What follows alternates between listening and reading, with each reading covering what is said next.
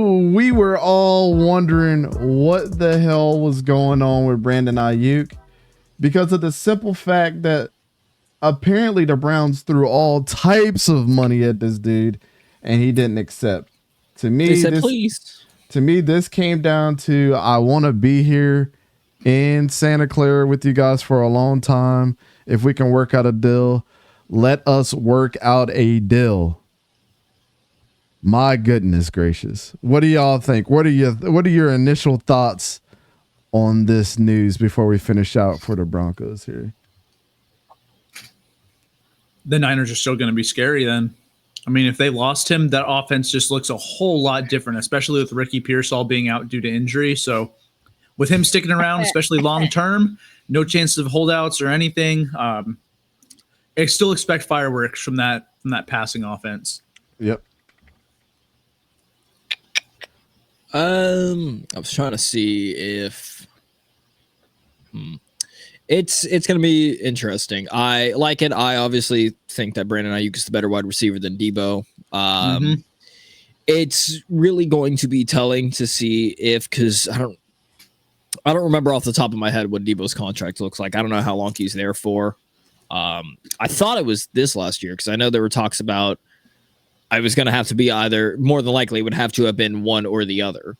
And I mean, that's great that they got Brandon Aiyuk. It's just going to be interesting to see what will happen to Deebo in the future. And I know right now, their star left tackle, Trent Williams, is still sitting out, though, because he's wanting his payday. So, what is this going to have to say about Trent Williams now?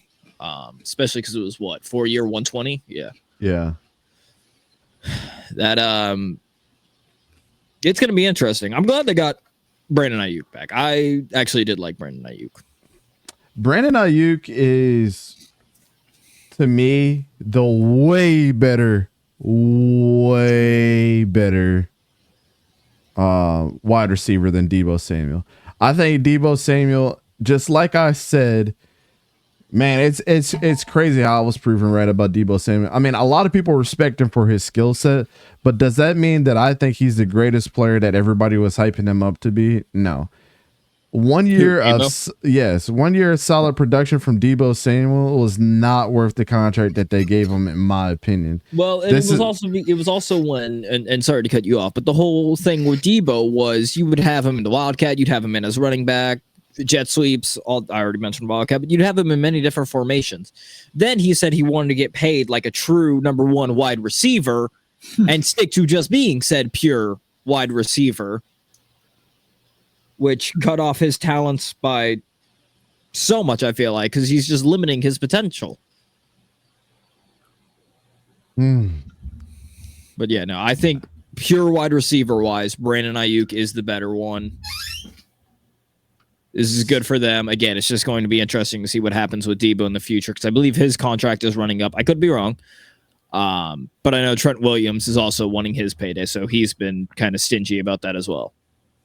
So this puts him right below, from what I see, right below Amon-Ra St. Brown at number 5. So the top 5 highest paid guys: Justin Jefferson, Devontae Adams, CeeDee Lamb just got paid, Amon-Ra St. Brown just got paid, Brandon Aiyuk just got paid, DJ Moore just got extended not that long ago. So, and then AJ Brown is at number 8, Amari Cooper at number 7. Calvin Ridley being in the top 10 is absurd, but hey, Howie Roseman season, because Devontae Smith and AJ Brown are locked up for years to come now. And Tyreek Hill and Jalen Waddle got pretty much the same contract outside of like $250,000. They're only $250,000 apart, which is crazy.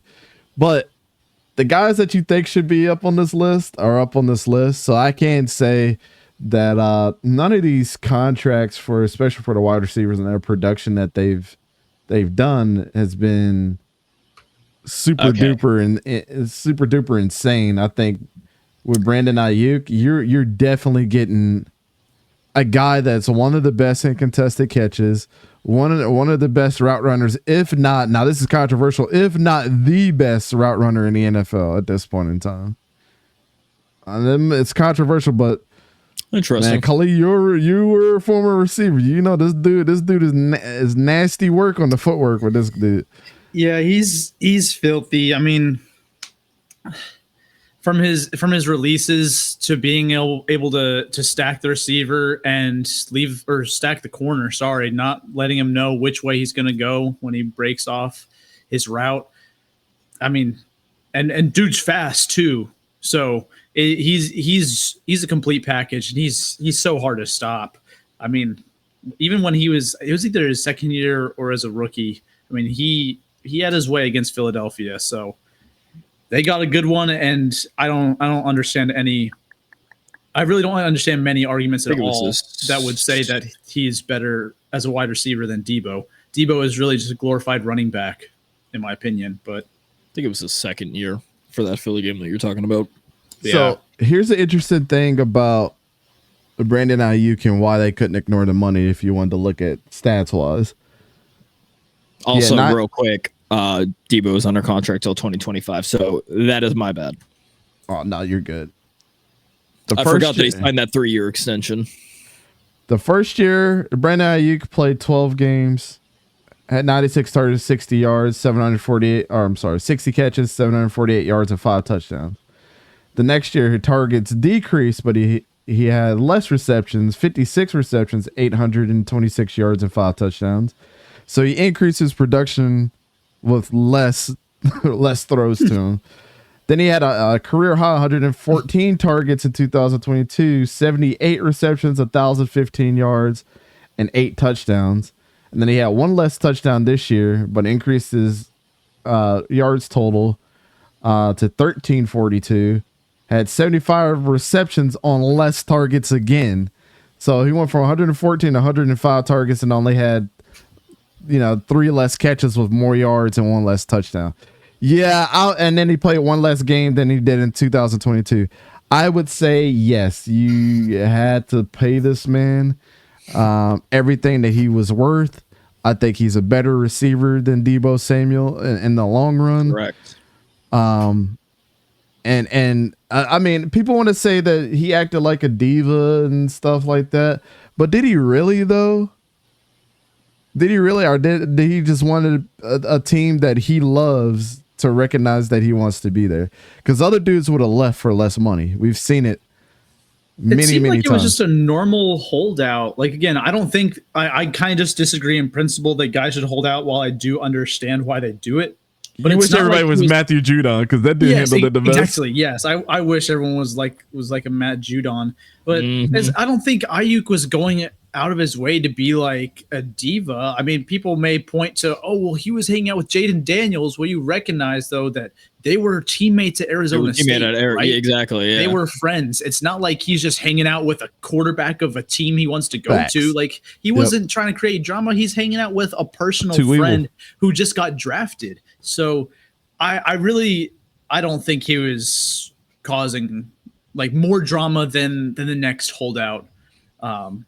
So it's kind of ironic because Ricky was also there on that same Arizona State team. Yeah, that is true. Well, here's the thing about that too. Ricky has not yet to touch the field, right? So if Deebo walks and goes to another team, you got Brandon Aiyuk locked up for the next 4 years. And also you got a stud at wide receiver in Ricky Pearsall who's ready to step up when he gets fully healthy. Like, please. I don't. A lot of people say. I'm on my knees. I saw a video the other day that said, "Are they the most overrated team because they've been to 5? In the last 7 years, they've been to like 5 NFC championships and 1 Super Bowl or something like that.